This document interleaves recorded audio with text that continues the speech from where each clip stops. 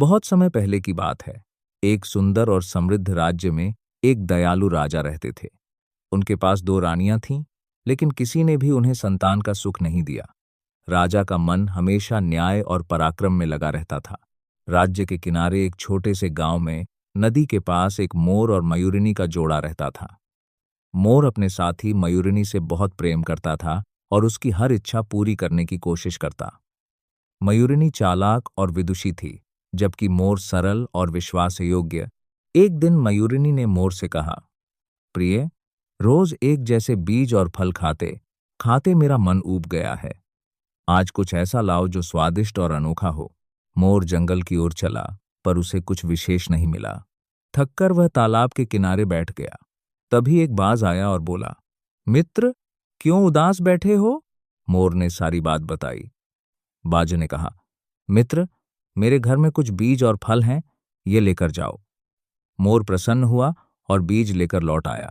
रास्ते में उसने देखा कि मयूरिनी किसी अन्य मोर से बातें कर रही है।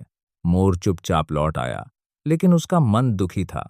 उसने यह घटना अपने मित्र बाज को बताई और बाज ने कहा, तुम बहुत भोले हो मित्र, दुनिया में हर कोई स्वार्थी हो सकता है। तभी बाज ने मोर को एक कहानी सुनाई। बहुत समय पहले एक राज्य में राजकुमारी अद्वितीय सुंदरता और बुद्धि की धनी थी। उसका विवाह केवल उसी से होना था जो उसके गुलसरोवर का रहस्य जानता। जो इस प्रश्न का उत्तर नहीं दे पाता, उसके साथ विनाश निश्चित था। कई राजकुमार इस प्रश्न का उत्तर न दे पाने पर मारे गए। राजकुमारों में सबसे छोटा पुत्र, जो चतुर और साहसी था, अपनी बहादुरी और बुद्धि के दम पर राजकुमारी के रहस्य का पता लगाने निकला। रास्ते में उसने कई कठिनाइयों और खतरों का सामना किया। उसने बूढ़े शेर को खाना दिया, समुद्र पार किया और अंततः एक व्यापारी के माध्यम से गुल सरोवर तक पहुंच गया।